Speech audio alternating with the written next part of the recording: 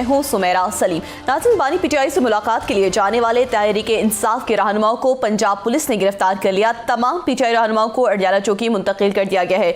तो दूसरी जानिब तोशाखाना 2 केस में बानी पीटीआई और बुशरा बीबी की बरियत की दरख्वास्तों पर फैसला नहीं हो सका है और IMF का मिशन और पाकिस्तान की मुआशी टीम के दरमियान मुज़ाकरात का पहला दौर खत्म हो गया है। इसके अलावा भी दीगर मौज़ूआत पर आज हम गुफ्तगू करेंगे। वीडियो लिंक पर हमारे साथ मौजूद है डॉक्टर शाहिद मसूद। अस्सलाम वालेकुम डॉक्टर साहब। जी वालेकुम सलाम जी, आपको भी वालेकुम। डॉक्टर साहब, बानी पीटीआई से मुलाकात के लिए जाने वाले तहरीक इंसाफ के रहनुमाओं को पंजाब पुलिस की जानिब से गिरफ्तार कर लिया गया है। अच्छा देखें जी, पाकिस्तान के जो हालात हैं वो तो एक अफरा तफरी का शिकार हैं। IMF का डेलीगेशन आया हुआ है, वो शायद डू मोर का मुतालबा करने जा रहा है, मिनी बजट की बातें हो रही हैं। इससे पहले जो हम लोगों ने उनके सामने प्लान्स रखे थे वो हम शायद पूरे नहीं कर पाए और अखराजात में हमारे कोई कमी दूर दूर तक नहीं हुई। और IMF जो है वो उन्होंने ये जो डेलीगेशन है गालिबन इसने जनवरी या फरवरी में आना था, ये पहले आ गया है और ये जाहिर है इन्होंने एक तरह से चेक किया कि देखा है, छापा मारा है कि यहाँ पे क्या हो रहा है पाकिस्तान में। और मेरा नहीं ख्याल कि अभी तक कोई ऐसे आसार हैं कि हम उन्हें मुतमईन कर पाए हैं। हो सकता है कर लें, लेकिन अभी तक वो हम उन्हें मुतमईन इसलिए नहीं कर पाए कि हमने जो बातें उनसे कही थी कि हम इतना टैक्स एहताफ कर लेंगे, इतनी अखराजात में कमी करेंगे, ऐसे कर, वो तो अल्ले तलल्ले हमारे लीड के जो है वो सबके सामने हैं। तो IMF जो है वो बहुत ज़्यादा खुश नहीं है और अभी तक हमें ये भी नहीं पता कि सऊदी अरेबिया और चाइना की तरफ से जो कमिटमेंट्स हैं वो क्या हैं, कब अनाउंस होंगी, कैसे होंगी, क्या होगा। तो उधर से भी एक खामोशी है दोनों तरफ से। तो हम दुआ कर सकते हैं कि हमारी मईशत जो है वो किसी ठिकाने पे लगे और मईशत क्या बेहतर होगी। अभी तो कर्जा दर कर्जा इसी की बात हो रही है। कर्ज मिल जाता है तो हम कहते हैं कि मेरी मईशत जो है बड़ी कामयाब हो गई, हमारी माशी पॉलिसियाँ बड़ी ज़बरदस्त चली गई। और फिर उसके बाद हम कर्ज जो है वो महंगा लेते हैं, मजीद महंगा लेते हैं। और फिर ये है कि हम कहते हैं, हमारे अकाबरीन कहते हैं कि यार हमने तो चले जाना है, बाद में जो लोग आएंगे वो जाने और यार वो ये कर्जा जाने, अभी तो हम यहाँ से कह के निकल जाते हैं और बस अल्लाह खैर सलाह। और फिलहाल भी यही हो रहा है, लेकिन अब शायद ऐसा होने नहीं जा रहा। अब जो हालात हैं उसमें शायद ये बड़ा मुश्किल हो जाए। ये जो कुछ इतने अरसे से चलता रहा है मुल्क से बाहर भी और मुल्क के अंदर भी, वो शायद अब इस वक्त या अगले चंद महीनों या चंद महीनों ही कहूँगा, उसमें उसकी जो हमारी रियासत की जो पॉलिसीज़ हैं वो बहुत तेज़ी के साथ हमें तब्दील करनी होंगी, क्योंकि ये जो पूरा का पूरा सिस्टम है, बदमाशिया का निज़ाम, ये तो फारिग होने जा रहा है। और फारिग हम खुद क्या कर रहे हैं, इसको दुनिया फारिग कर चुकी है और कर रही है आहिस्ता से ग्रेजुअली। देखिए, प्रेसिडेंट ट्रंप के आने के बाद एक हलचल मची है पूरी दुनिया में और उसमें अब ये है कि उनकी तरफ से जो सेक्रेटरी खारजा, सेक्रेटरी स्टेट, एक इंतहाई अहम पोस्ट, यानी ऐसी पोस्ट जो कि तमाम दुनिया के जो खारजा अमूर हैं, यानी सेक्रेटरी ब्लिंकन की जगह आप समझ लें या कॉन्डी राइस की जगह समझ लें या आप इनको जो भी सेक्रेटरी खारजा वहाँ पे रहे हैं उनकी जगह समझ लें, जो हमारे फॉरेन ऑफिस के साथ और बाकी दुनिया की खारजा अमूर पॉलिसीज के साथ डील करेंगे, वो मार्को रूबियो करेंगे। ये मार्को रूबियो जो हैं, इनके हवाले से मैं आपको ये बताऊं कि ये जो हैं ये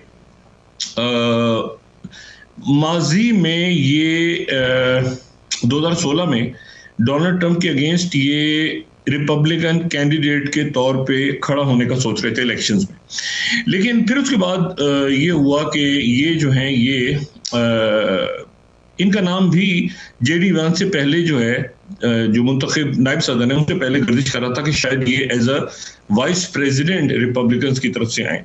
लेकिन ये जो है ये उसके बाद ये इन्होंने जाहिर है कि उसमें दिलचस्पी जाहिर नहीं की और ये जो है ये डोनाल्ड ट्रंप के फॉरेन पॉलिसी के उनके एडवाइजर बन गए। तमाम जो इस दौरान डोनाल्ड ट्रंप जो हैं वो बाहर के लोगों से मिलते रहे, अपनी पॉलिसी वज़ा करते रहे, तो उसमें मार्को रूबियो का एक इम्पॉर्टेंट रोल रहा। अच्छा, मार्को रूबियो के बारे में ये ध्यान में रखें कि मार्को रूबियो जो हैं वो बहुत सख्त मौक़िफ़ रखते हैं चाइना के बारे में, मतलब चाइना हॉक हैं और चाइना के बारे में बड़ा सख्त मौक़िफ़ रखते हैं। ईरान के बारे में बड़ा सख्त मौक़िफ़ है इनका और इनका जो मौक़िफ़ है वो ये नेटो के बारे में भी जो है बड़ी क्लैरिटी रखते हैं और ये कहते हैं कि एक निगोशिएटेड सेटलमेंट होनी चाहिए, जंग बंद होनी चाहिए और उसके साथ ही जो है वो मार्को रूबियो का एक फॉर्मल अनाउंसमेंट अभी आज हो जाएगी, शायद किसी वक्त हो जाएगी, लेकिन बहरहाल मार्को रूबियो का नाम जो है वो वहाँ पे डिसाइड हो रहा है। अच्छा, ये कहते हैं कि जी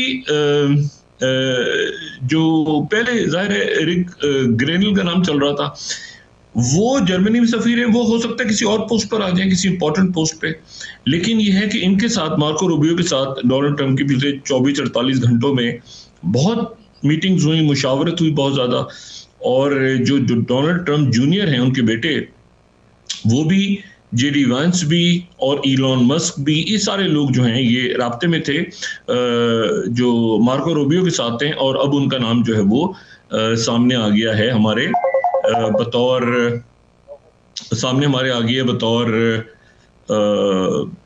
सेक्रेटरी स्टेट। अच्छा, अब इसमें जो एक इम्पॉर्टेंट बात है वो ये है कि ये जो हैं ये इनके जो वालिदैन हैं मार्को रूबियो के, उनका ताल्लुक जो है वो क्यूबा से है।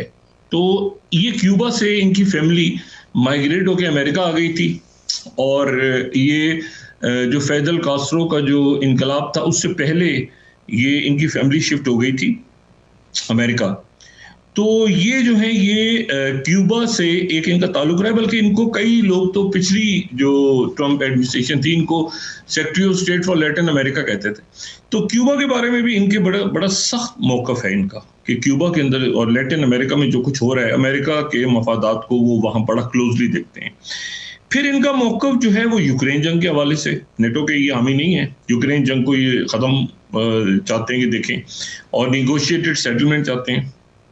और उसके बाद दूसरी इंपॉर्टेंट बात यह है कि ये पाकिस्तान के बारे में कोई अच्छे ख्यालात नहीं रखते। आई रिपीट, ये पाकिस्तान के बारे में कोई अच्छे ख्यालात नहीं रखते, बल्कि पाकिस्तान के बारे में जो वहाँ पाकिस्तान की मुखालफत में जो बिल्स वगैरह वहाँ पे कांग्रेस में आए और मुख्तलिफ जगहों पे, तो उसमें मार्को रूबियो जो है उनका एक इम्पॉर्टेंट रोल रहा।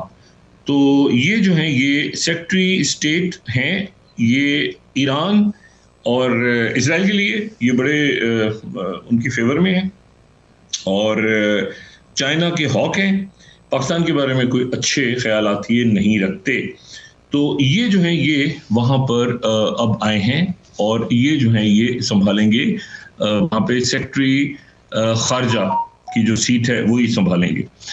अच्छा, उसके बाद जो है वो दूसरा जो इम्पोर्टेंट अनाउंसमेंट हुई है, ये 95 अरब की जो इमदाद अभी यूक्रेन को जारी हो रही थी, उसकी भी इन्होंने उसको भी अपोज किया था।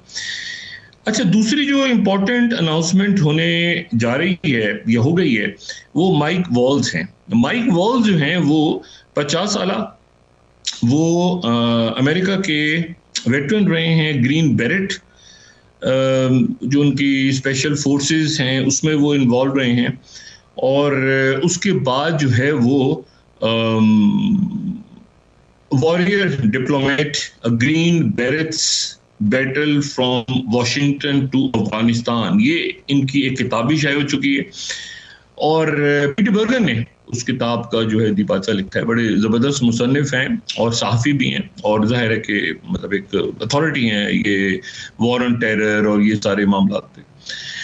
अब ये जो है ये अफगानिस्तान में भी रहे, ये नेशनल सिक्योरिटी एडवाइज़र, ये आम तरीन पोस्ट पे, उस पे ये नॉमिनेशन आ रही है माइक वॉल्स की। अच्छा, ये जो है ये भी चाइना हॉक हैं, और ये जो है ये बुश एडमिनिस्ट्रेशन में भी रहे हैं, और बुश दौर में ये डिक चेनी के साथ, फिर उसके बाद ये डोनाल्ड रम्सफील्ड के साथ, और फिर उसके बाद ये जो है रॉबर्ट गेट्स के साथ। तो ये पुराने, आप समझ लें कि इनका एक फौजी बैकग्राउंड है, अफगानिस्तान में, इराक में, अफ्रीका में कई जगहों पे इन्होंने सर्व किया है, और ये नेशनल सिक्योरिटी एडवाइज़र। अब ज़ाहिर अफगानिस्तान में ही रहे हैं तो यकीनन अफगानिस्तान, पाकिस्तान, मशरिक़ वुस्ता, इन सारे मुल्कों की पॉलिसी, अफ्रीका, इन सारी मुल्कों को ये अच्छी तरह समझते हैं और नेशनल सिक्योरिटी एडवाइज़र जो है ये मुंतखब होने जा रहे हैं।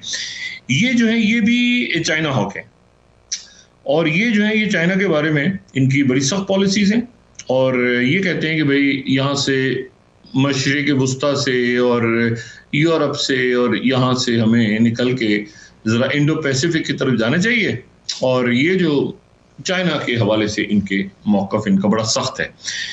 अच्छा, फिर उसके बाद एलिसी स्टेफेनिक जो हैं ये वहाँ पर इनकी नॉमिनेशन हुई। अच्छा, आपको अंदाज़ा होगा कि अब ये दुनिया किस तरफ जा रही है और ये भी आपको अंदाज़ा होगा कि तरजीहात क्या होंगी आने वाले दिनों में जो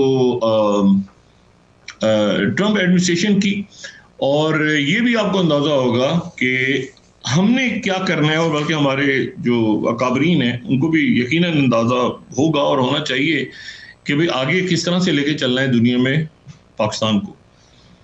अच्छा, ये 40 साल जो खातून है ये अक़वाम मुत्तहिदा में अमेरिका की मुस्तकिल मंदूब के तौर पे ये वहाँ पे गई हैं और ये जो है ये बुश दौर में भी ये रही हैं एक्टिव और ये जो है ये ताइवान की हामी हैं, चाइना हॉक हैं, इसराइल की बहुत बड़ी सपोर्टर हैं ये।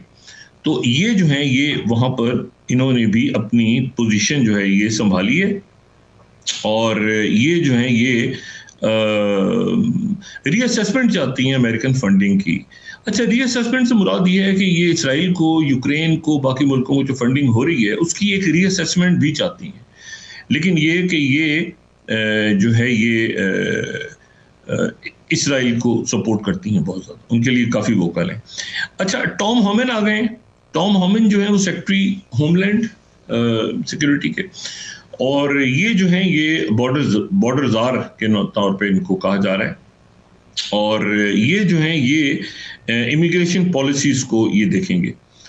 कुछ अर्से पहले इन्होंने एक इंटरव्यू में ही कहा था कि भाई फैमिलीज़ को, अच्छा ये पुलिस ऑफिसर भी रहे हैं, इमिग्रेशन ऑफिसर भी रहे हैं, तो ये समझते हैं ये नॉर्दर्न बॉर्डर, सदर्न बॉर्डर, बाकी बॉर्डर्स, होमलैंड सिक्योरिटी को कैसे, मतलब ये अपने जो इनका शोबा है उसको ये समझते हैं। ये सारे जो लोग आ रहे हैं ये कोई ऐसे ही नहीं आ रहे, मतलब ये बड़े अपने अपने शोबों को समझने वाले लोग आ रहे हैं इन जगहों पे और वो जो ट्रंप के लॉयलिस्ट भी हैं और डोनाल्ड ट्रंप की जो सोच है उसके मुताबिक वो दुनिया को आगे लेके जाना चाहते हैं और बड़ी मैं समझता हूँ कि एक इंटरेस्टिंग ये उनकी चॉइस है सबकी। अच्छा, ये जो है ये अच्छा, इनसे पूछा किसी ने कि भाई फैमिलीज अगर आप यहाँ से डिपोर्ट करेंगे तो फैमिलीज के लिए मसला हो जाएगा। फैमिली का एक मेंबर जो है वो बाप ने डिपोर्ट कर दिया और मिलियंस को इन्होंने ज़ाहिर डिपोर्ट करना है अमेरिका से। तो ये जो ये टॉम होमन है, इन्होंने बड़ी इंटरेस्टिंग इन्होंने जवाब दिया। इन्होंने कहा जी मसला ये है कि ये तो वाकई बहुत बड़ा इशू है, तो उसका हल यही है कि पूरे के पूरे ख़ानदान को डिपोर्ट कर दिया जाए। अगर किसी में कोई इलीगल इमिग्रेंट हो तो बजाय इसके कि हम फैमिलीज को सेपरेट करें और एक प्रॉब्लम से क्रिएट हो, पूरी फैमिली को ही अमेरिका से डिपोर्ट कर देना चाहिए। तो ये इनकी बड़ी सख्त पॉलिसीज हैं इमिग्रेशन के बारे में। अच्छा, तो Marco Rubio secretary state, Mike Waltz national security adviser, Tom Homan ये जो है ये होमलैंड सिक्योरिटी को हेड कर रहे हैं और एलिसी स्टेफेनिक ये जो हैं यूएन एम्बेसडर जो हैं ये यूएन एम्बेसडर अमेरिका की। फिर उसके बाद स्टीफन मिलर हैं, ये इनकी वापसी हुई है स्टीफन मिलर की और ये जो है ये भी इमिग्रेशन को और डोमेस्टिक पॉलिसीज को देखिए, ये भी हार्ड लाइनर है, बिल्कुल क्लैरिटी के साथ इनकी पॉलिसी जो है इमिग्रेशन के हवाले से बड़ी क्लियर है। और सूजी वाइल्स जो है वो हमें पता है पहले ही चीफ ऑफ स्टाफ के तौर पे आ चुकी हैं। अच्छा, अब आ गए सीआईए चीफ। सीआईए चीफ के लिए किनका नाम चल रहा है, ये बड़ी इंटरेस्टिंग बात है। सीआईए चीफ के लिए बहुत से लोग कंटेंडर्स हैं, उसमें एक तो ये माइक वॉल्स का नाम पहले चल रहा था, अब भी माइक वॉल्स का नाम जो है वो चूंकि नेशनल सिक्योरिटी एडवाइजर के तौर पे, तो शायद वो सेक्रेटरी अब सीआईए चीफ के तौर पे उनका नाम ड्रॉप हुआ। सीआईए से माइक पोम्पियो का नाम भी चला गया और अब जो नाम ज्यादा चल रहा है वो दो नाम है। एक तो टॉम कॉटन है टॉम कॉटन का नाम पहले भी मैं उनको डिस्कस कर चुका हूँ, लेकिन दूसरा नाम जो सबसे ज्यादा इस वक्त कंटेंडर्स में सबसे सरे फहरिस्त हैं वो हैं काश पटेल। काश पटेल के बारे में जो है वो मैं आपको ये बताऊं कि काश पटेल जो हैं ये इनका ताल्लुक जो है वो ये भारत निजात अमेरिकन है। इनकी फैमिली जो है वो युगांडा से शिफ्ट होके अमेरिका में सेटल हो गई थी।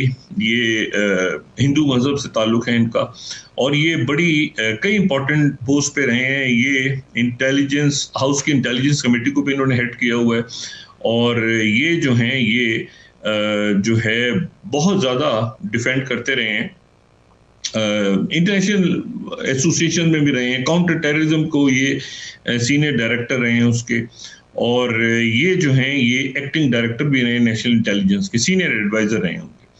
तो ये जो हैं और ये जो है इनकी बड़ी क्लैरिटी के साथ इनका जो नुक्ता नज़र है वो बड़ा क्लियर है और नुक्ता नज़र इनका जो है वो बहुत से हवालों से इसलिए क्लियर है। ये नेशनल सिक्योरिटी काउंसिल में भी रहे हैं डायरेक्टर, मैंने अब तक ना एडवाइजर डायरेक्टर नेशनल इंटेलिजेंस बड़ी इंपॉर्टेंट पोस्ट होती है उसमें भी रहे हैं पहले, और रिपब्लिकन पार्टी में ये रहे हैं और ये जो हैं ये डेवन न्यूज़ जो कि हाउस की इंटेलिजेंस कमेटी थी उनके भी ये पास रहे हैं। अच्छा, ये जो है ये ट्रम्प लॉयलिस्ट हैं बहुत ज़्यादा और इनका जो मतलब ये आप समझिए कि वो जो यानी एक तरह से ये हिंदू तो हैं लेकिन ये कि ये बाबरी मस्जिद के हवाले से और राम मंदिर के हवाले से इनके बयान आते हैं बड़े क्लैरिटी के साथ। राम मंदिर के ऊपर एक इनका उसकी फेवर में इनकी बात है और बाबरी मस्जिद का, तो ये बड़ी एक क्लियर व्यू रखते हैं, वर्ल्ड व्यू ये भी और रिलीजियस व्यू भी रखते हैं और वो सीआईए के डायरेक्टर के तौर पे आ रहे हैं। अच्छा, अब ये जो है ये बड़ी इंटरेस्टिंग डेवलपमेंट्स हो रही हैं और ये जो डेवलपमेंट्स हैं ये इससे अंदाजा होगा, यानी चाइना हॉक और ऐसी शख्सियत जो कि माजी में ये सारी वो शख्सियत जो इसराइल के फेवर में हैं, ये सारी वो शख्सियत जो कि चाइना हॉक हैं, तो ज़ाहिर है अगर चाइना हॉक है तो फिर इंडिया के साथ और इंडिया इंडो पैसिफिक पॉलिसी, और मैंने आपसे कहा ना कि इंडिया की फेवर में इसमें इंडिया कॉकसस को जो हेड करती शख्सियत भी मौजूद हैं जो कि उनके पूरे कॉकस को हेड करें, तो उससे अंदाजा लगा लें आप कि इनकी जो इम्पोर्टेंस है वो कितनी ज़्यादा होगी यहाँ पे। अच्छा, अब इस पूरी पिक्चर में ये जो हमारा सेटअप मौजूद है इस वक्त, अरेंजमेंट जिसको मैं कहता हूँ, ये तो फारिग इसलिए हो गया कि ये तो अमेरिका को सामने रख के बनाया गया था और एक ऐसा सेटअप जो कि अमेरिका के साथ गुडी होगा और वहाँ पे बाइडेन कंटिन्यू करेंगे या कैमिला हैरिस कंटिन्यू करेंगी और उसके बाद ये जो है ये वहाँ पे अमेरिका के साथ गुडी रिलेशन बनेगा इनका इस अरेंजमेंट का, और उसके बाद जो है वो चाइना के साथ ये आप देख रहे हैं कि चाइना की तरफ ये नहीं थे, चाइना तो इनको नहीं ज़्यादा इनकी बात सुन रहा, उन्होंने बल्कि ओपनली चाइना ने वो बातें कही भी हैं जो कि चाइना अमूमन नहीं करता इस पूरी अरेंजमेंट के बारे में। अब इशू ये है कि ये एक नई दुनिया इमर्ज हो रही है, तो पहले तो आ जाए ना आप इवेंट्स पे जो 24-48 घंटों में हुए। एक तो ये है कि रियाद में समिट हुई, अब रियाद में जो समिट हुई और उसके बाद फिर बाकू में बहुत से रहनुमा जो हैं वो बाकू में जो क्लाइमेट के ऊपर हो रही समिट वहाँ पे मौजूद हैं। शहबाज शरीफ साहब भी हैं और यूएई के फरमारवा भी हैं और तैयब एर्दोगन भी हैं, सारे लोग वहाँ पे मौजूद हैं। तो मेरे ख्याल से ये जो गुफ्तगू है ये कंटिन्यू रहेगी कि उन्होंने यहाँ पर जो समिट हुई रियाद में उसमें उन्होंने कंडेम किया इसराइली रिग्रेशन को, जो उनकी तरफ से बहुत ज़्यादा जाहिरियत है उसको उन्होंने कंडेम किया, सीज़ फायर का मुतालबा किया। लेकिन यह है कि अब तो पिक्चर ही मुख्तलिफ होने जा रही है, इन सारे ही मुल्कों को एक पोजीशन लेनी पड़ेगी कि अब क्या व्हाट नेक्स्ट, ठीक है, क्योंकि बाइडेन एडमिनिस्ट्रेशन तो चली गई और कल उनकी शायद मीटिंग भी हो जाएगी बाइडेन की ट्रम्प के साथ, तो वो तो एक तरह से नाम अनाउंस होते जा रहे हैं, तो अब लोग इनसे रब्ता कर रहे हैं। अब ये एक क्लियर व्यू रखते हैं दुनिया के बारे में, ये कोई ऐसे हैं नहीं कि जिनको समझाया जाए कि भाईजान ऐसे नहीं ऐसे होता है, मतलब ये समझाए हुए हैं, इनका क्लियर व्यू वर्ल्ड व्यू है सबका, सेक्रेटरी स्टेट का भी और CIA चीफ अगर आते हैं आकाश पटेल, उनका भी, और सेक्रेटरी डिफेंस देखते हैं कौन ऐसी शख्सियत वहां पे अनाउंस होती हैं, वो ये सब क्लियर व्यू के साथ आ रहे हैं। ठीक है, मतलब इनको कोई समझाने की बताने की मुझे किसी को जरूरत नहीं। और लेकिन जाहिर है कि ये इन्होंने, इनके सामने इश्यूज बड़े हैं, क्योंकि ये मैंने आपसे कहा ना, मैं आपसे हमेशा कहता हूँ कि करंट सेटअप जो है ना, ये बजाय इसके कि कोई मामला हल करी, मसाइल को बिगाड़ने की वजह बनी है पिछले चंद सालों में। क्योंकि वहां भी इतना ज्यादा पैदा हुआ कि ना IMF के साथ मामला सही हुए, ना चाइना के साथ सही हुए, ना सऊदी अरेबिया के साथ, मतलब उलझ गया। और ये जो लोग आ रहे हैं हॉक्स हैं, चाइना हॉक्स हैं, पाकिस्तान को पसंद नहीं करते। इंडिया कॉकसस के चीफ इसमें मौजूद हैं, आप अंदाजा लगाएं ना इस सेटअप।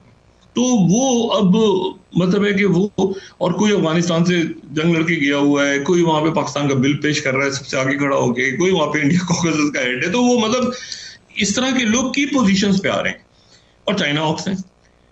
अच्छा, अब वो खुशियां ना सेटअप से, चाइना जो है वो हमें समझ में आ रहा है कि वो चाइना क्या बात कर रहा है भाई, मतलब वो भी नहीं कोई मामला तय हो रहे। तो ये सेटअप जो है, पाकिस्तान ने चूंकि आगे जाना है, पाकिस्तान ने आगे बढ़ना है इंशाल्लाह, और इन बुरानों से निकलना है, तो ये सेटअप तो फारिग हो गया, फारिग खुद ब खुद ही हो गया, ये कर दिया जाएगा। मतलब ये इररिलेवेंट ही नहीं होते, घूम रहे होते हैं लोग, क्या करेंगे क्या इधर उधर। तो इनको तो कुछ, अब क्योंकि वहां हॉक्स हैं, मतलब वहां पर वो एक पूरे पूरे इस, ये उनको उनके टिप्स में मौजूद है, इनमें से एक एक शख्सियत जो इस अरेंजमेंट में मौजूद है। तो वो मतलब है कि लॉबिंग शॉबिंग फलाना दिमाग में छोड़ दें, ये खुद अपनी जात में लॉबीज हैं, ये फिक्स एक आइडियाज रखते हैं पूरी दुनिया के बारे में और पाकिस्तान के बारे में भी। तो अब इशू ये है कि व्हाट नेक्स्ट।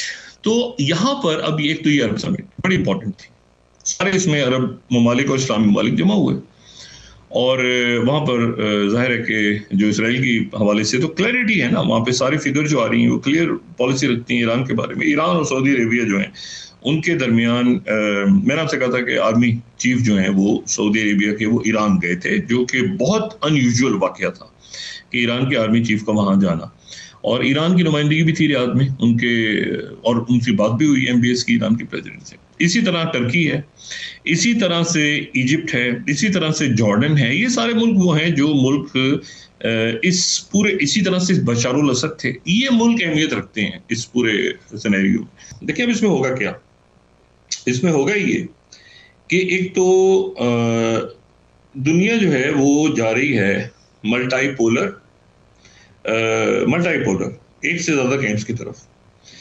अब वहां पर अगर ये एडमिनिस्ट्रेशन आती है तो इसका नेट प्रॉफिट किसको होगा, इसका फायदा किसको होगा, ये देखना है ना, नुकसान किसको होगा, फायदा किसको होगा।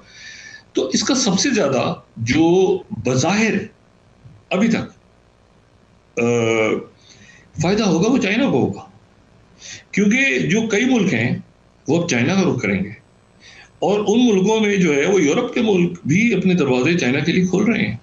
आप देखें तो ये जितने हॉक्स आएंगे, ये वो हॉक्स हैं जो चाइना के भी अगेंस्ट हैं और यूरोप के भी अगेंस्ट हैं। ये जो है ये यूक्रेन के भी अगेंस्ट है। ये अजीबोगरीब बात है, यूक्रेन की भी अगेंस्ट हैं कि यूक्रेन की मदद भी नहीं होनी चाहिए, यूरोप के भी अगेंस्ट हैं जो इनकी मंदूब जा रही है यूनाइटेड नेशंस के खिलाफ है वो। मतलब ये सब, तो अब क्या होगा, अब उसके नतीजे में ये होगा कि जो दुनिया की जो अलाइनमेंट है एक तो ब्रिक्स की तरफ जाएगी। हमें पाकिस्तान के जरा इस अरेंजमेंट में मौजूद जो लोग हैं अपनी जो भी अगली प्रेस कॉन्फ्रेंस करें, जो भी बात पब्लिक के सामने लेकर आए, सबसे पहले तो ये बताएं कि हम ब्रिक्स में क्यों नहीं गए, हम ब्रिक्स में क्यों नहीं गए, हमने किसकी खुशी के लिए अभी तक ब्रिक्स में अप्लाई नहीं किया हुआ था, और ब्रिक्स में हमारी मुखालफत किसने की, ये भी बताएं।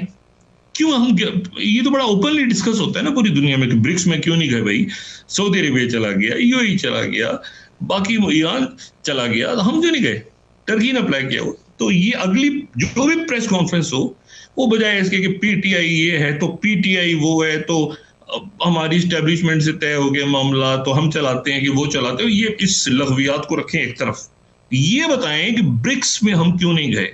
दूसरा ये है कि इसमें रशिया जो है वो यकीनन अब ये देखेगा कि भाई यूक्रेन के ऊपर अगर प्रेशर बढ़ रहा है अमेरिका का और यूरोप के ऊपर भी बढ़ रहा है, तो गालिबन रशिया जो है वो खुद चाहेगा कि इस जंग को खत्म करे ताकि यूरोप के ऊपर प्रॉब्लम्स, यूरोप के लिए प्रॉब्लम ना क्रिएट हो। और यूरोप के मोस्ट प्रोबेबली, मैं इसमें गलत भी हो सकता हूं, लेकिन मोस्ट प्रोबेबली रशिया वो हार्ट्स एंड माइंड्स विन करने के लिए इस वॉर को स्टॉप करेगा, बजाय इसके कि ये जो वॉर है ये ऐसा लगे कि ट्रंप ने बंद करवाई है। ट्रंप अगर बंद करवाता है तो ट्रंप किसी और अंदाज में बंद करवाएगा ना, कि भाई हम नेटो को सपोर्ट नहीं करते, बंद करो जंग, ये वो। तो अगर रशिया उसे मैनिपुलेट करता है प्रॉपरली और चाइना उसे मैनिपुलेट करता है प्रॉपरली, तो फिर वो हार्ट्स एंड माइंड विन करेंगे कि अच्छा भाई ये हम यहाँ खत्म करते हैं और हम जो है वो आपके ऊपर ताकि बर्डन ना आए, ताकि प्रॉब्लम्स ना हो, तो हम इस जंग को चाहे वो मैक्रोन को डालें, चाहे वो जर्मन्स को डालें, चाहे वो इटालियंस को डालें, चाहे वो इसमें अरब मुल्कों को डालें। देखिए ना, यूएई ने बड़ा इंपॉर्टेंट रोल प्ले किया जो प्रिजनर एक्सचेंज हुई, तो उसमें ये चाइना को ना भी डालें, लेकिन ये बाकी बहुत सारे मुल्क हैं, अफ्रीकन यूनियन है, इवन इंडिया से वो कह सकते हैं कि आप आगे आ जाएं, तो इंडिया भी एक रोल प्ले कर सकता है। लेकिन इंडिया जो कि अमेरिका के बहुत ही ज्यादा कैंप में चला गया, वो जितने लोग वहां आ रहे हैं वो जो कि प्रो इंडिया है, तो इंडिया के लिए मसला होगा कि इंडिया ने रशिया के साथ कैसे बैलेंस करना है। और चाइना के साथ जो गुडी मामला हुए पिछले चंद दिनों में, अभी देखें ये होने जा रही है G20 समिट, और साथ ही होने जा रही है वो एपिक समिट जिसमें बाइडेन और मुलाकात होगी शी जिनपिंग की, और वहां पे गालिबन इंडियन प्राइम मिनिस्टर भी होंगे। तो ये जो है ये अब ये देखना ये है कि एक तो इसमें कितना चाइना हॉकिश लोगों की मौजूदगी में, चाइना और ना सिर्फ चाइना हॉकिश बल्कि इसराइल पे क्लियर व्यू, बल्कि यूरोप नेटो पे, ईयू पे क्लियर व्यू, बल्कि यूक्रेन पे क्लियर, मतलब अजीब ही किस्म के एक वहां पे एक टीम आ रही है। अच्छा, तो द वॉर मस्ट स्टॉप ना, ये एट्रोसिटीज बंद होनी चाहिए, ये यूक्रेन का एक सेटलमेंट होनी चाहिए, पीस एग्रीमेंट होनी चाहिए, ये सारा होना चाहिए। अब दरमियान में कौन आएगा? दरमियान में या तो ट्रंप आएंगे जो मैंने कॉल की, मैंने ये किया, मैंने जनित की, तो एक रास्ता तो ये है कि इसमें अच्छा बरतानिया रोल प्ले कर सकता है, फ्रांस, ब्रिटेन, ईयू, ये ग्रेट पावर, ये इमर्जिंग पावर्स हैं।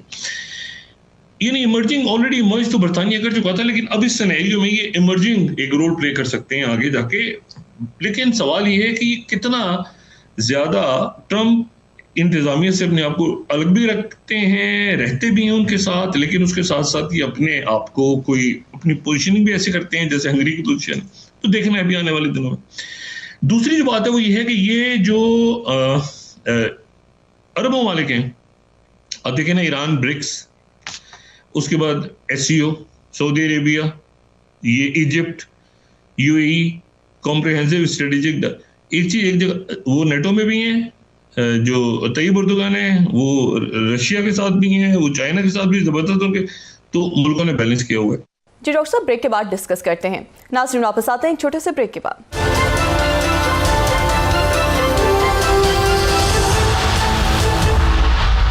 वेलकम बैक नाज़रीन। डॉक्टर साहब, IMF मिशन और पाकिस्तान की मौशी टीम के दरमियान मुज़ाकरात का पहला दौर खत्म हो गया है। जी, मैं बात ही कर रहा था कि पाकिस्तान की डिसाइसिव पोजीशन है दुनिया में, आने वाली कई दहाइयों तक ये अरेंजमेंट नहीं कर पा रहा मामला को। आपको बेस्ट ऑफ द बेस्ट इस वक्त लोग चाहिए जो आपके फॉरेन मिनिस्टर हो, जो वहां पर इन लोगों से मार्को रूबियो से भी बात कर सकें और वांग यी से भी बात कर सकें और उसके सर्जाई लेवरोव से भी बात कर सकें, वो आपको लोग चाहिए। तो best of the best foreign office के लोग आपके मौजूद हैं, फॉरेन सेक्रेटरीज हैं, पॉलिटिशियंस हैं बड़े जबरदस्त, वो आपके पास हर किस्म के लोग हैं। इस अरेंजमेंट में नहीं है, आपको सख्त गिर दुनिया से बात करनी है, एक सख्त मौकफ जो आपका वाज़ेह तौर पे सामने आ जाए, तो हर जगह पर ही एक किस्म का।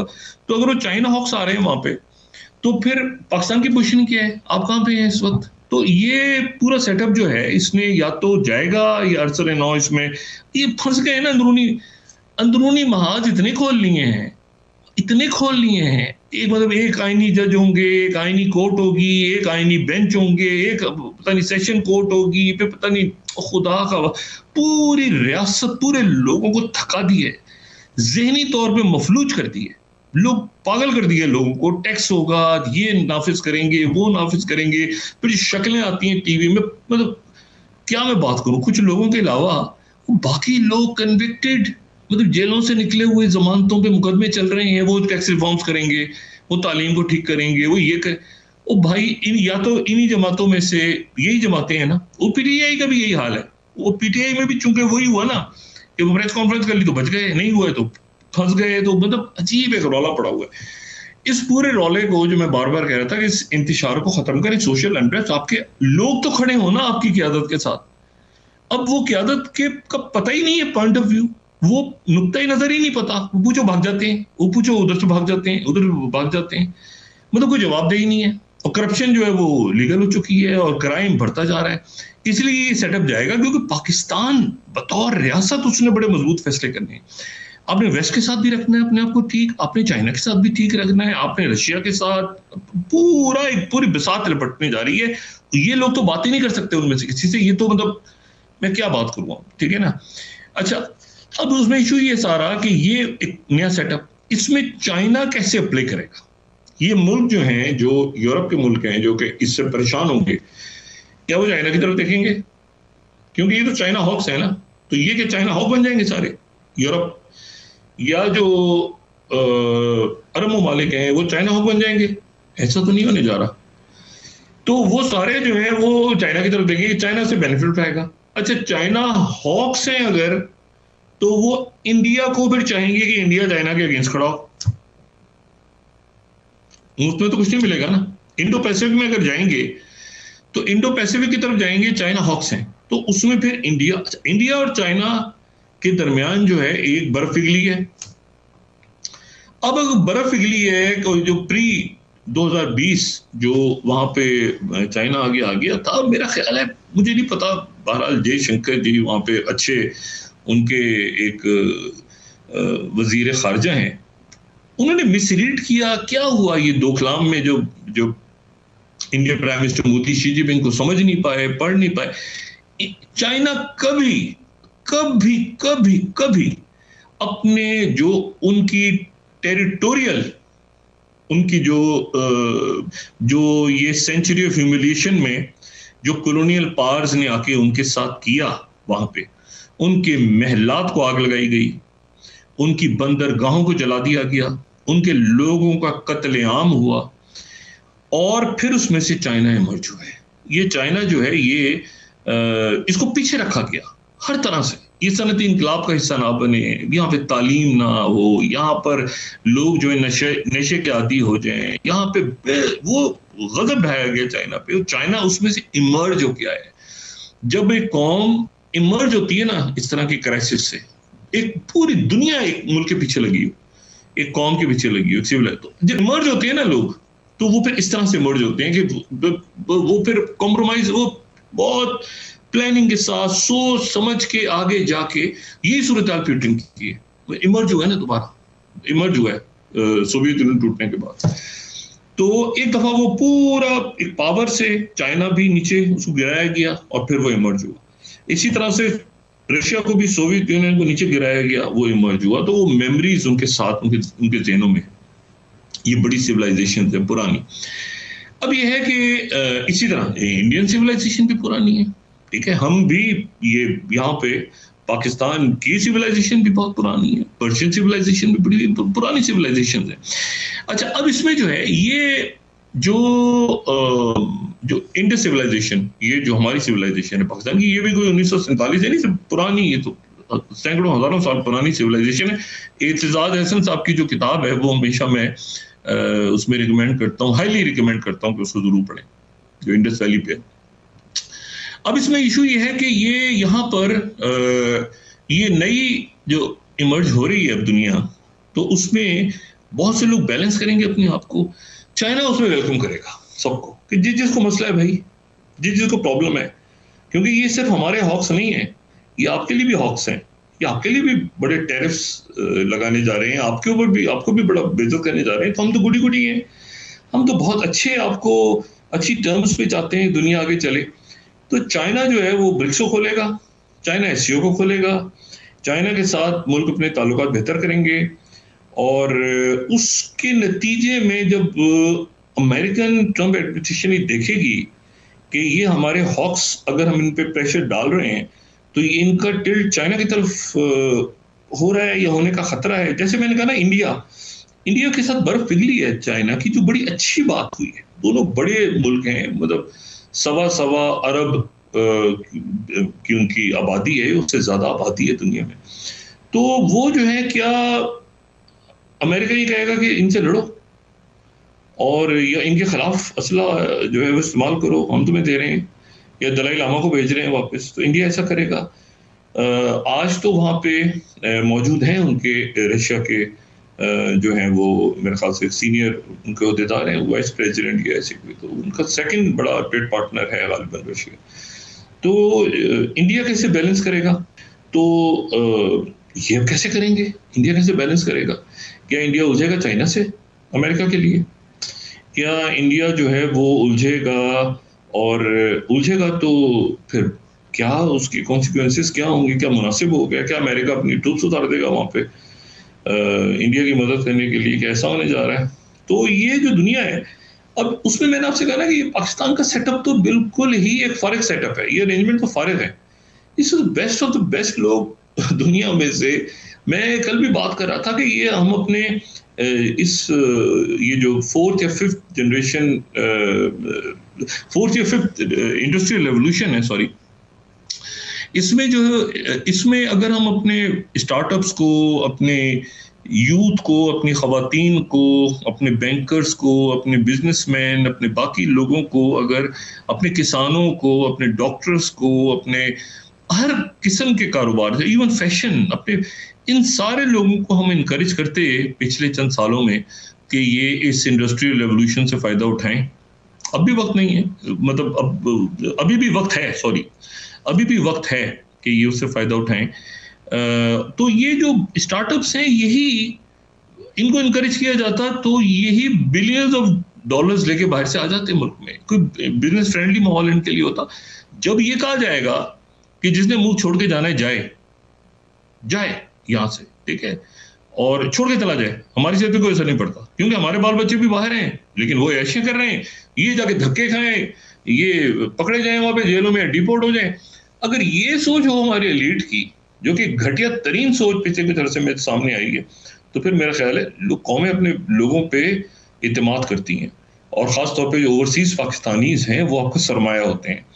तो अगर ये कहा जाए कि जाओ, निकल जाओ यहाँ से, ये मुल्क से हमारी चरागाह है, हम तो ये, तो मैंने कहा ना, ये छोड़ दें इनके, तो ये तो अरेंजमेंट सारा किया, फारिग हो गया। ये ना चाइना से बात कर पा रहा है, ना अरब मुल्कों से बात कर पा रहा है, ना ये अमेरिका से बात कर पा रहा है, और आने वाले दिनों में बिल्कुल ही नहीं कर पाएगा। और ना ये किसी ब्लॉक का हिस्सा बनने का इनको सीरियस है, ये सीरियस है, ना ओन करता है इनमें से कोई। तो या तो ये है कि पॉलिटिकल पार्टीज के अंदर से वो शख्सियात उठें। मैं हमेशा बात करता हूँ शरीर रहमान साहिबा की, हिना रब्बानी खर साहिबा की, रजा रब्बानी की, और बहुत से लोग पाकिस्तान पीपल्स पार्टी में अच्छे मौजूद हैं। यहाँ जो मौजूद है मुस्लिम लीग नून में, वो तो जाहिर है कि जरा सी बात करते हैं, थोड़ी सी, वहाँ थोड़ी बहुत जमहूरियत पीपल्स पार्टी में थोड़ी बहुत शायद नजर आ जाती है कहीं, लेकिन बहुत ज्यादा नहीं आती। यहाँ तो जरा सी कोई बात करता है तो फारिग हो जाता है, शाहिद खान अब्बासी साहब की तरह या मिफ्ताह इस्माइल की तरह या बाकी लोगों की तरह। बाकी पीटीआई जो है वो अब उलझी हुई है अपने आपस के मामलात में, उनके मुख्तलिफ रहनुमा जो है आपस में लड़ रहे हैं, ये सब कुछ कर रहे हैं, लेकिन ये है कि ये कंटिन्यू तो इस तरह नहीं रह सकता। ये इंतशार वगैरह मुल्क में अगर ज़्यादा फैलता है तो उसका फ़ायदा तो हमें नहीं हो रहा। सिक्योरिटी के मसाइल बहुत हैं, बलोचिस्तान में क्या हो रहा है, बाकी जगहों पे सोशल अनरेस्ट है। आप ये देखें कि इस वक्त जाके आप कह रहे हैं कि बिजनेस लोग लेकर आए, ये तो अलग है ना कि टैक्स इतने लगा रहे हैं आप, और ये तो अलग है कि आप उनको कितना करप्ट अनासर उनको पहले पकड़ लेते हैं, एयरपोर्ट से उठा लेते हैं और उनसे पैसे पहले मांगते हैं, और फिर उनको बिजनेस फ्रेंडली तो छोड़ दें। इशू ये है कि आप उनको हवा भी नहीं दे सकते, पानी तो छोड़ दें, पानी का तो पता नहीं क्या हाल है, हवा ही नहीं है, स्मॉग और फॉग और ये और वो और बीमारियां लोगों को, तो इसमें आप कह रहे हैं इन्वेस्टमेंट करें आके। वो वही बात ही है कि सारा पैसा खाया गया यहाँ पे, अरबों खरबों रुपया पिछले सारा साल दहाइयों से खाया जा रहा है और मुझसे बाहर जा रहा है, और उन मुल्कों में जा रहा है जिनके बाद आप जाके कहते हैं मैं हमारी मदद कर दूं। तो ये मेरे ख्याल से सिलसिला खत्म हो गया है। अब इसको कर, ये देखिए ना, इस दुनिया में कैसे सर्वाइव करेंगे। अभी प्रेशर आ रहा है ना, अब आना शुरू हो जाएगा थोड़े दिनों में मजीद। मैं नहीं बोलूंगा, हम नहीं बोलेंगे, अवाम चुप रहेंगे, बोले बाहर से लोग कहेंगे ना कि भाई एक मिनट हट जाए, आप ये चाइना या रशिया या अमेरिका या अरब ममालिक कुछ तो कहेंगे ना आपसे कि आप कुछ ठीक करें अपने मुल्क में, तो क्या ठीक करें? पब्लिक की मरम्मत करें? नहीं, पब्लिक की मरम्मत क्या करें? पब्लिक की मरम्मत तो हो रही है। आप कुछ और करें, कुछ अच्छा करें, कुछ अच्छा सोचें, कुछ अच्छा प्लान करें। आपके लिए बड़े मौके हैं दुनिया में एज अ पाकिस्तानी, लेकिन ये ना करें जो कर रहे हैं। तो हम खारजा पॉलिसी, वही बात, नंबर पहली प्रायोरिटी हमारी अपनी इंटरनल सिक्योरिटी, एक्सटर्नल थ्रेट्स जो दहशतगर्दी की सूरत बार बार जन्म लेती है, कॉन्स्टेंट फैक्टर है। मैं हमेशा कहता हूँ हर मुल्क में दहशतगर्दी एक बहुत बड़ा क्राइसिस है, लेकिन उसको आप एक पॉलिसी उसके ऊपर डिजाइन करें कि हमने दहशत टेररिज्म को ऐसे करना है, और उसमें इकोनॉमिक टेररिज्म को सबसे ऊपर रखें। इकोनॉमिक टेररिज्म होता रहेगा, लोग गुर्बत में रहेंगे, लोग परेशान हाल रहेंगे, उनको तंग, करप्ट लोग उनके सरों पे बैठे हैं, उनको तंग कर रहे हैं हर जगह, ऊपर से नीचे तक मैसेज जाता है ना कि ऊपर कौन बैठा है भाई। तो वो उनको आप इस इश्यू से निकालें। उसके बाद आप देखें कैसा अवाम, कैसे लोगों में कैसा पोटेंशियल आता है, और बाहर से अपने पाकिस्तानियों को वापस बुलाएं इज्जत के साथ, उनको ओवरसीज पाकिस्तानियों को इज्जत दें। आप एक मुल्क से छोड़ के चले जाओ, मुल्क हम ये कर देंगे या फलां कर देंगे, तो ये तो मेरा ख्याल है कि अब बाहर से जो प्रेशर आने वाले हैं, मैंने सारी शख्सियत का नाम बताया आपको, और उसमें ये फैसला में करना है कि हमें किस ब्लॉक में जाना है। फॉरेन पॉलिसी बहुत इंपॉर्टेंट है। रियाज खोकर साहब, अल्लाह ताला उनके दर्जात बुलंद फरमाए, और हमारे जो फॉरेन सेक्रेटरीज हैं फॉर्मर, वो बड़े वो तो पूरे इंस्टीट्यूट रहे हैं फॉरेन पॉलिसी के बारे से, और मसूद खान साहब हमारे, और बाकी बासित साहब, और बेशुमार नाम है, किसी का नाम लो। तो फॉरेन ऑफिस को एक्टिवेट करें, अच्छे वहाँ पे लोग हैं। उसके बाद ये है कि जो बैंकिंग सेक्टर में, जो फाइनेंस में बेहतरीन लोग मौजूद हैं, ऐसा आदमी ना लेकर आए कोई जो बार बार आके कहे कि जी हम क्या करते हैं, हम तो फेल हो गए, हमारे साथ तो ताउन ही नहीं किया, FBR ने हमें ठीक नहीं होने दिया। वो टाइम गुजर गया भाई, वो टाइम गुजर चुका, बहुत कहते हैं पुलों से पानी गुजर गया। अब ये देखें कि अब इन लोगों से कैसे बात करनी है। अब आप छोड़ दें इस बात को, अच्छा जी वो डेलीगेशन आ गया तो हम उसको खुश कर देंगे, तो वो उनके नाज नखरे बर्दाश्त कर लेंगे IMF के डेलीगेशन के, उनको खूब खिलाएंगे पिलाएंगे तो शायद हमारे मामला हल हो जाएंगे। ये पब्लिक का पैसा है, और पब्लिक को आपको जवाब देना पड़ेगा, और ये बड़ा गोल्डन चांस है पाकिस्तान के लिए आने वाले दिनों में कि पाकिस्तान बतौर रियासत कैसे एक अपना रोल प्ले करता है। और इससे जो है, इस पूरे नए सिनेरियो से जो नई बसात सज रही है, ये नई बसात जो है, मैंने उसी में बात की ना कि ये नई बसात जो सज रही है, तो उसमें अगर सारे चाइना हॉक्स आ रहे हैं तो फिर चाइना का फायदा है इसमें। बज़ाहिर चाइना का इसमें नुकसान नहीं है, क्योंकि चाइना हॉक्स भी हैं, ये यूक्रेन के साथ भी नहीं है, यूरोप के हॉक्स भी हैं, सबके हॉक्स हैं। तो फिर ये जो है मशरिक़ वस्ता पे भी एक इनकी लाइन है। तो मेरे ख्याल से इसमें चाइना कैसे फायदा उठाता है और रशिया कैसे फायदा उठाता है, और ये मुल्क सारे इकट्ठे होकर खुद भी तो एक आपस में देख रहे हैं ना बैठ के कि क्या हमने आपस में लड़ना है दोबारा, डिवाइड एंड रूल, या हमने इकट्ठे होकर पॉलिसी बनानी है। जैसे कि कल रियाद समिट में हुआ, सारे मुल्क इकट्ठे हुए, हालांकि उनके अंदरूनी इख्तलाफात तो बहुत हैं, लेकिन इस वक्त तो पिछले चंद सालों से आप देखें तो उनके अंदर सुलह हुई है आपस में। इसी तरह यूरोप का बड़ा एक इंपॉर्टेंट कलीदी रोल इमर्जो के सामने आएगा। लेकिन क़यादतें होती हैं, लोग होते हैं जो जिन पे अवाम ट्रस्ट करते हैं, वो क़यादतें सामने होती हैं। ये अपने लोगों को पकड़ना और धकड़ना और ये और फलां और करप्ट लोग बैठेंगे, नहीं इन्हीं के साथ बात होगी, नहीं इसी के साथ, इस तरह नहीं होता। तो बड़ी अपॉर्चुनिटीज है हमारे पास, और मैं समझता हूँ कि सिस्टम तो ये चला गया है ना, इसको तो ऐसे ही बस लेके चल रहे हैं, वो पता नहीं क्या वजह लेके चल रहे हैं, तो चल रहा है बस। अदालतें में आओ, एक ही जगह ले आओ, दूसरा बेंच बना दो, तीसरा बेंच, ये इशू है पाकिस्तान का। इस ना लोगों के इंसाफ है, ना लोगों को कुछ पानी मिल रहा है, ना लोगों को ताज़ा हवा मिल रही है। अब लगे हुए ये होगा, ऐसे होगा, 26वीं शिक नहीं 27वीं आई, जो शिक नंबर 8 के तहत ही होता है। वो क्या, ये मैंने कहा ना, चंद दिनों में अभी ये अनाउंसमेंट हो रही है ना वहां से, अभी आप इसकी हीट देखिएगा, जो गर्मी आएगी ना चारों तरफ से इसलिए मैं कह रहा हूँ कि या तो एक तरफ आपके मामला ठीक हो ना, मशरिक की तरफ ठीक हो तो मगरिब खराब हो, मगरिब खराब हो तो आपके चारों तरफ से आप खड्डा लेके आपने अपने लोगों को क्या चढ़ाई की हुई है। तो थोड़ा सा जरा मेरा ख्याल है कि हमारे आने वाले दिनों में ये इस अरेंजमेंट में मौजूद लोग भी ऐसे हैं जो कि अच्छी बात करना चाहते हैं, लेकिन उनको परमिशन ही नहीं है, उनके मुंह पे टेपें लगा दी गई हैं कि आपने कोई अच्छी बात, खबरदार जो आपने कोई अच्छी बात की, आपने जो बात कर रही है वो आपने सिर्फ गालियां ही देनी है और कुछ नहीं करना। तो वो भी बेचारे परेशान होकर बैठे हुए हैं, हालांकि वो चाहते हैं कि कशीदगी कम हो किसी तरह। तो ये सिस्टम, ये कोलैप्स है। अब ये है कि इसको, ये कितनी हीट बर्दाश्त करता है आने वाले दिनों में। ये वो एक ड्रामा बड़ा जबरदस्त आता था, अंधेरा उजाला, तो उसमें कबीर खान साहब मरहूम कमाल रोल होता था। तो ऊपर से वो जब वो डांटते थे अपने जूनियर को, पुलिस ऑफिसर को, तो वो पुलिस ऑफिसर आगे जाके वो नीचे जमील फखरी साहब जो है वो इरफान खोसर साहब को सुनाते थे, इरफान खोसर साहब को नीचे सुनाते थे। तो ऊपर से पड़ती है ना डांट, तो वो फिर उसका गुस्सा जो है ना नीचे उतरता है। या कई दफा होता है दफ्तर में झगड़ा हो गया, घर जाके बच्चे को थप्पड़ मारनी शुरू कर दी है, या बेगम साहब का सर फोड़ दिया जाके, क्योंकि डांट जो है वो दफ्तर में पड़ी है और ना साहब बहादुर के सामने तो गुस्सा दिखाया नहीं जा सकता। तो बेहतर ये है कि जाके वो नीचे जो है वो गुस्सा उतारो, बच्चों को पीटना शुरू कर दो। तो हम ये उम्मीद करते हैं कि हमारे अकाबरीन बच्चों को नहीं पीटेंगे, कौम के ऊपर जरा कम जुल्म करेंगे, और जिनसे उनको बात करनी चाहिए उनसे वो बात करेंगे और मुल्क और रियासत के लिए बात करेंगे। जी बहुत शुक्रिया डॉक्टर साहब। नाज़रीन, के साथ ही आज का प्रोग्राम अपने इख्तिताम को पहुंचा। मुझे सुमेरा सलीम को इजाज़त दीजिए।